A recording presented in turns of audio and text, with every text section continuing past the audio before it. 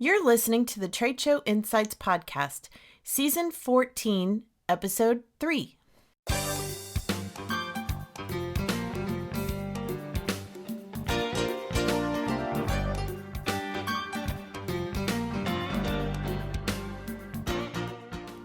I'm your host and exhibit marketing strategist, Marlis Arnold, bringing you tools to improve your exhibit results. On today's episode, brought to you by the Exhibit Marketers Cafe, we're talking about ways you can become more attractive on the show floor. Well, your booth, that is.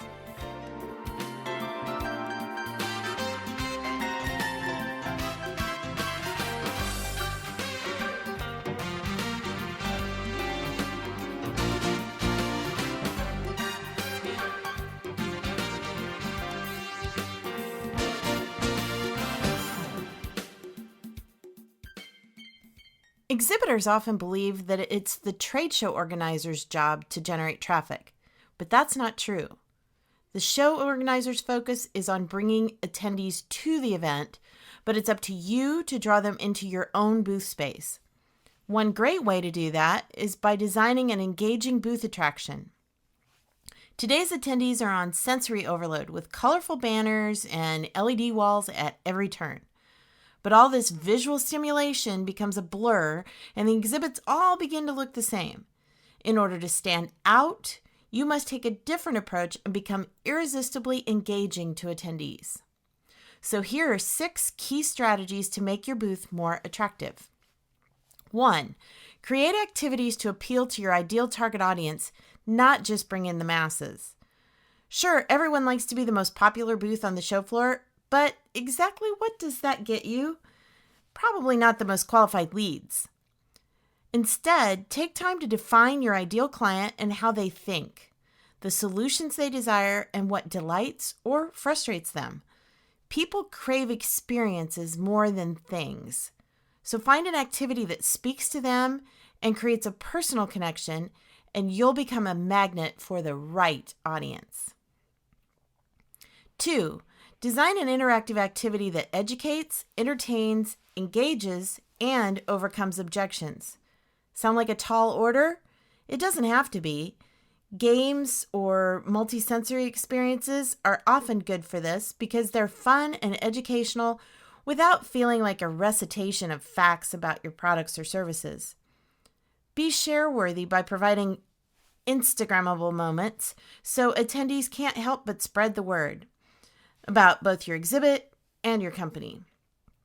Focus on the why, your message or story, before selecting the how, technology or tools, to create it.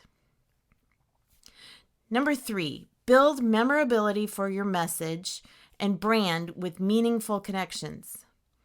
Creating an in-booth attraction that's out of alignment with your brand doesn't make sense. Don't do something just because it's fun or clever. Deliberately focus on tying in with your message, like a gamified food tasting challenge for a food manufacturer or a driving simulator for a heavy equipment company. That brings your message to life.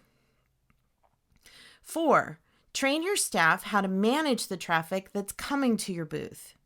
A great attraction will serve as an icebreaker and conversation starter, but only if your staff understands how to take advantage of it and how to work the line. And while we're on that topic, 5 is remember it's not just about the traffic. Your attraction should serve as a lead gathering tool.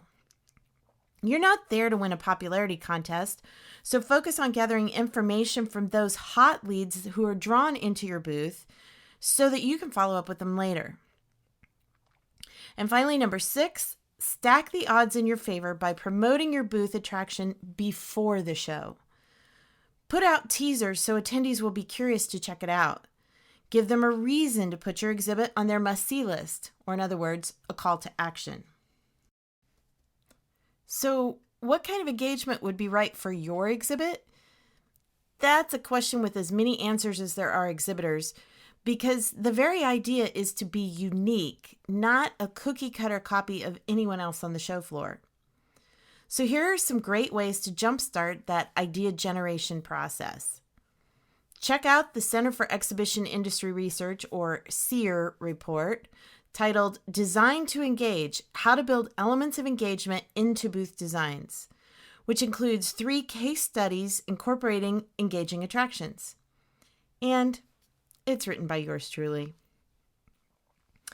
Sit down with your exhibit team, designers, marketing, sales, in-booth staff, and whoever else, way in advance of your next show to put all these strategies into play throughout every phase of your exhibit design process.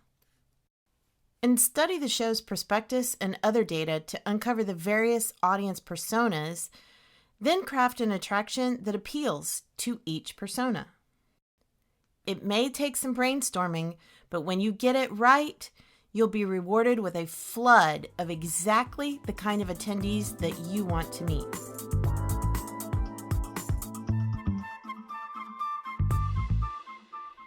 If you enjoyed what you heard today and would like to spread the word about the Trade Show Insights podcast, please take a minute to leave a rating and/or review in iTunes. This helps to boost visibility so more people will find the show. Trade Show Insights is protected by the Creative Commons copyright license. You may feel free to share this recording with colleagues or embed it on your own blog as long as it is shared in its entirety and is not used for commercial purposes. To learn more, please see the link in the sidebar of the show notes at tradeshowinsights.com. Well, that's it for this episode of Trade Show Insights. Be sure to check out our show notes and archives at tradeshowinsights.com. You can also connect with me using the social media links or contact page on the site. I'm Marlis Arnold. Thanks for listening, and be sure to join us next time for more tools to improve your exhibit results.